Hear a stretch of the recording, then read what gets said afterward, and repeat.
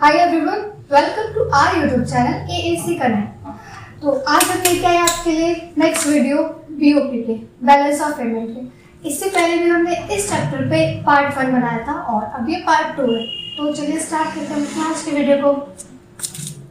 तो सबसे पहले हम जान लेते हैं कि बैलेंस ऑफ ट्रेड क्या होता है। इससे पहले वाले वीडियो में हमने बैलेंस ऑफ पेमेंट के बारे में जाना था, तो एक बार रिकॉल कर लेते कि हमने क्या पढ़ा था।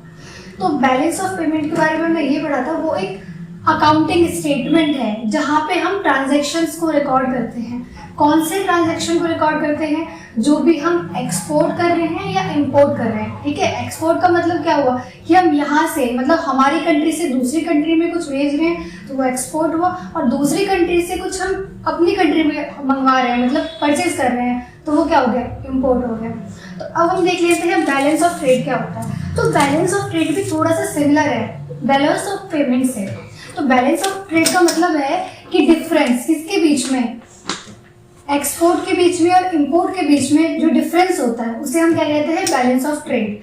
लेकिन किसका? Export of goods and services का या फिर एक्सपोर्ट ऑफ गुड्स का। तो देखिए यहाँ पे बैलेंस ऑफ ट्रेड में हम सिर्फ गुड्स की, विजिबल गुड्स की बात करते हैं। तो विजिबल गुड्स क्या होता है? नाम से पता चल रहा है, दृश्य जो हम देख सकते हैं, है ना। जैसे कि फोन हो गया, ये पेन हो गया, मार्कर हो गया, ठीक है। तो ये सब क्या है? विजिबल गुड्स है। तो विजिबल गुड्स के जो एक्सपोर्ट एंड इंपोर्ट हम कर रहे हैं, ठीक है, तो उन दोनों के बीच के डिफरेंस को हम क्या बोलते हैं? Balance of trade. एक बार हम डेफिनेशन को देख लेते हैं। डेफिनेशन कहता है BOT refers to difference between amount of, किनके अमाउंट की बात कर रहे हैं? Export and import of visible goods. Again हम यहाँ पे सर्विसेज की बात नहीं कर रहे हैं, हम यहाँ पे विजिबल गुड्स की बात कर रहे हैं। अभी मैंने आपको बताया था विजिबल गुड्स क्या होता है। अब नेक्स्ट देख लेते हैं, इसका फॉर्मूला है, फॉर्मूला कह लीजिए या फिर इसी का एक शॉर्ट फॉर्म में रिप्रेजेंट करने का तरीका है। BOT equal to export of goods minus export of import of goods. ठीक है, ये इसका फॉर्मूला कह सकते हैं, क्योंकि हम यहाँ पे सब कुछ अकाउंट से रिकॉर्ड करते हैं तो यहाँ पे भी ये फॉर्मूला यूज होगा। नेक्स्ट है कि जैसे हमने पिछले वाले वीडियो में बैलेंस ऑफ BOP के बारे में पढ़ा था, वैसे हम यहाँ पे बैलेंस ऑफ BOT के बारे में पढ़ेंगे। इनके बीच में बैलेंस होता है। तो यहाँ पे सरप्लस ऑफ BOT होता है और डेफिसिट ऑफ BOT होता है। जैसे हमने लास्ट वीडियो में देखा था, BOP में 3 सिचुएशन होती है। एक होता है सरप्लस, ठीक है, एक होता है डेफिसिट और एक होता है इक्वल वाला। ठीक है, तो लेकिन यहाँ पे सिर्फ सरप्लस और डेफिसिट ही होता है, जिसे हम बैलेंस ऑफ BOT कहते हैं। तो सरप्लस में क्या होता है? नाम से पता चल रहा है कुछ ज्यादा होगा, है ना। तो यहाँ पे क्या होता है? हमारे पास फ्लो ज्यादा होता है, किसका? फॉरेन एक्सचेंज का इनफ्लो होता है। तो यहाँ पे सरप्लस में क्या होगा? एक्सपोर्ट ज्यादा होगा और इम्पोर्ट कम होगा। एक्सपोर्ट कौन सी बात करें? Export of goods. ठीक है, तो एक्सपोर्ट ऑफ गुड्स होगा तो इससे क्या होगा? इससे हमारे पास पैसे, इससे हम बाहर पैसे भेजेंगे या मिलेगा हमें। एक्सपोर्ट से जब हम यहाँ से कुछ ट्रांसफर करें तो हमारे कंट्री में पैसे आएंगे ना, दूसरी कंट्री वाले हमें पेमेंट करेंगे, तो उससे क्या होगा? Inflow of foreign exchange. और इंपोर्ट से क्या होगा? जब हम दूसरे कंट्री से यहाँ पे कुछ मंगवाएंगे तो हम यहाँ से पैसे उनको ट्रांसफर करेंगे, तो क्या होगा? Outflow of foreign exchange.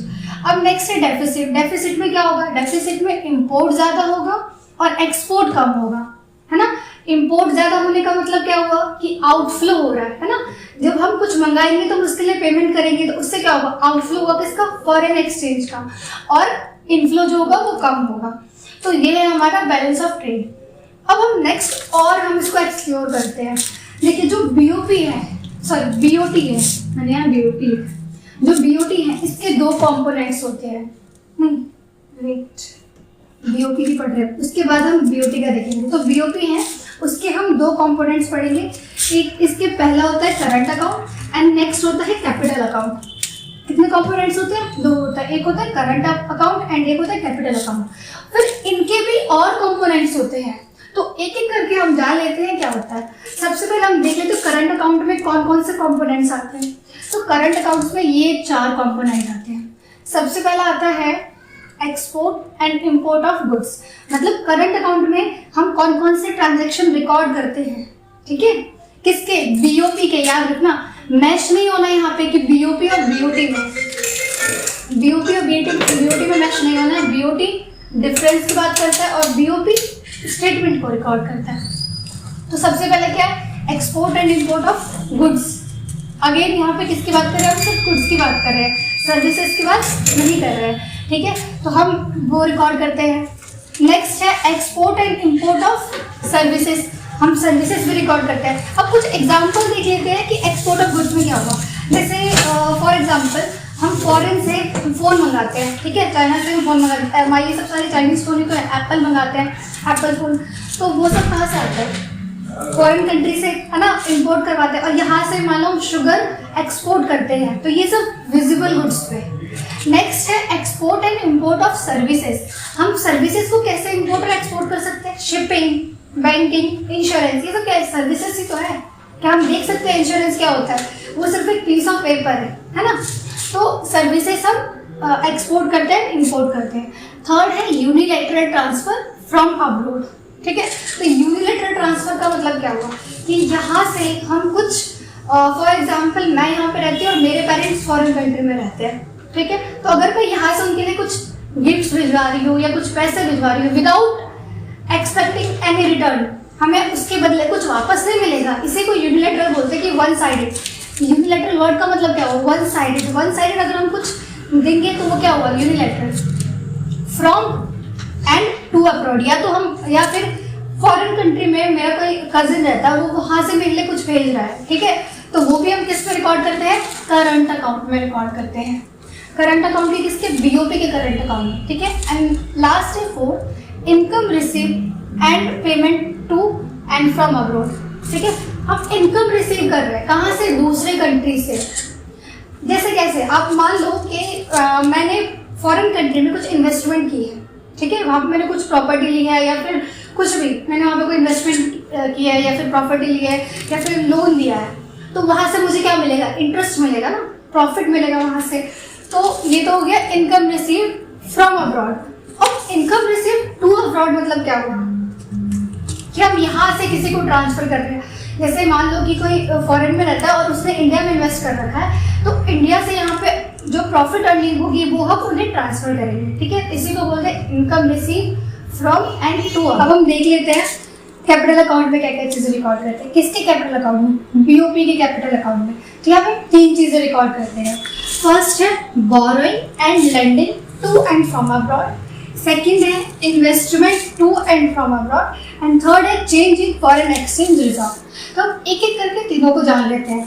First है बोरोइंग एंड लेंडिंग। तो बोरोइंग से क्या पता चल रहा है, हम कुछ उधार ले रहे हैं, किससे, फॉरेन कंट्री से, ठीक है, या फिर फॉरेन कंट्री को हम उधार दे रहे हैं, उसे हम क्या कहते हैं, लेंडिंग कहते हैं। जैसे अभी पेंडेमिक का सिचुएशन चल रहा है, ठीक है, तो अभी पेंडेमिक में हमारे पीएम ने फॉरेन कंट्री से क्या लिया है, बोरोइंग लिया है, उधार लिया है, और वर्ल्ड बैंक से उधार लिया है। तो ये चीज़ कहाँ रिकॉर्ड होगी, ये होगी हमारी कैपिटल अकाउंट में, किसके, बीओपी के कैपिटल अकाउंट में। एंड लैंडिंग, लैंडिंग का मतलब क्या हुआ, हमने हमारी कंट्री ने किसी दूसरी कंट्री को उधार दिया है। जैसे अभी इजराइल एंड गाजा के बीच में क्या चल रहा है, फाइट चल रहा है, वॉर चल रहा है।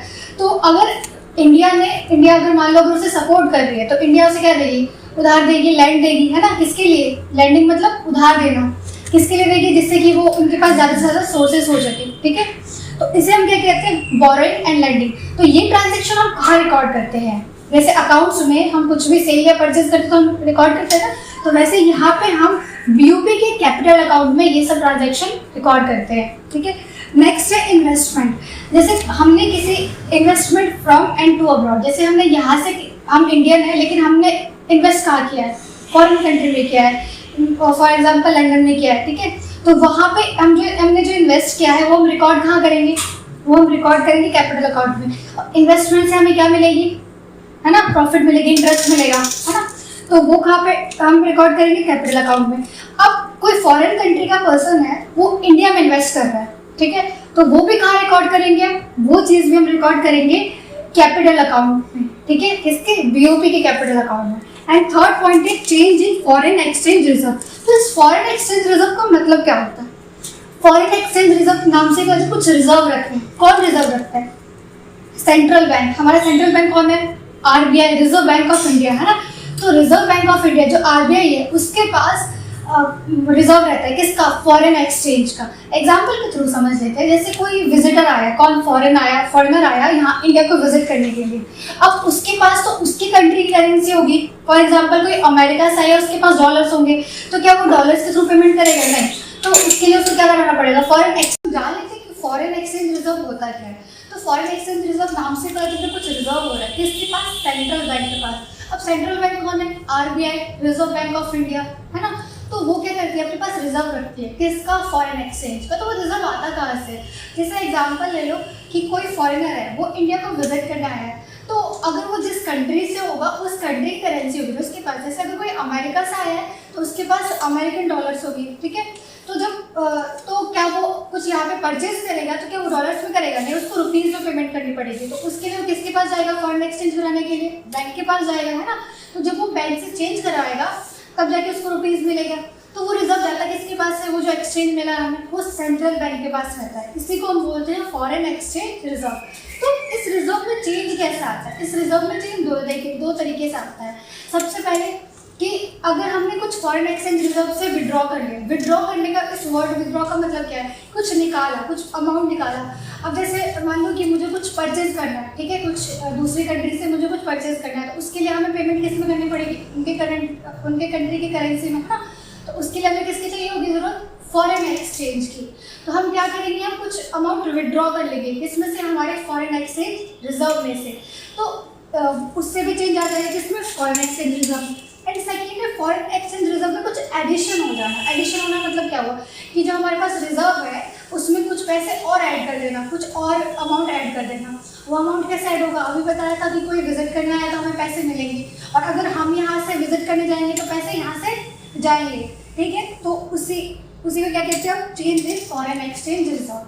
तो ये ट्रांजेक्शन हम कहाँ रिकॉर्ड करते हैं, अगर रिजर्व में चेंज आएगा तो वो हम करते हैं बीओपी के कैपिटल अकाउंट में, ठीक है। तो अभी हमने क्या देखा कि कंपोनेंट ऑफ बीओपी कौन कौन से होते हैं, एक होता है करंट अकाउंट, एक होता है कैपिटल अकाउंट। करंट अकाउंट में ये 4 ट्रांजेक्शन हम रिकॉर्ड करते हैं, कौन से, export and import of goods, export and import of services, and third है unilateral transfer from and to abroad, income receipts and payment to and from abroad. ये चारों चीज़ें हम कहाँ रिकॉर्ड करते हैं, करंट अकाउंट में, ठीक है।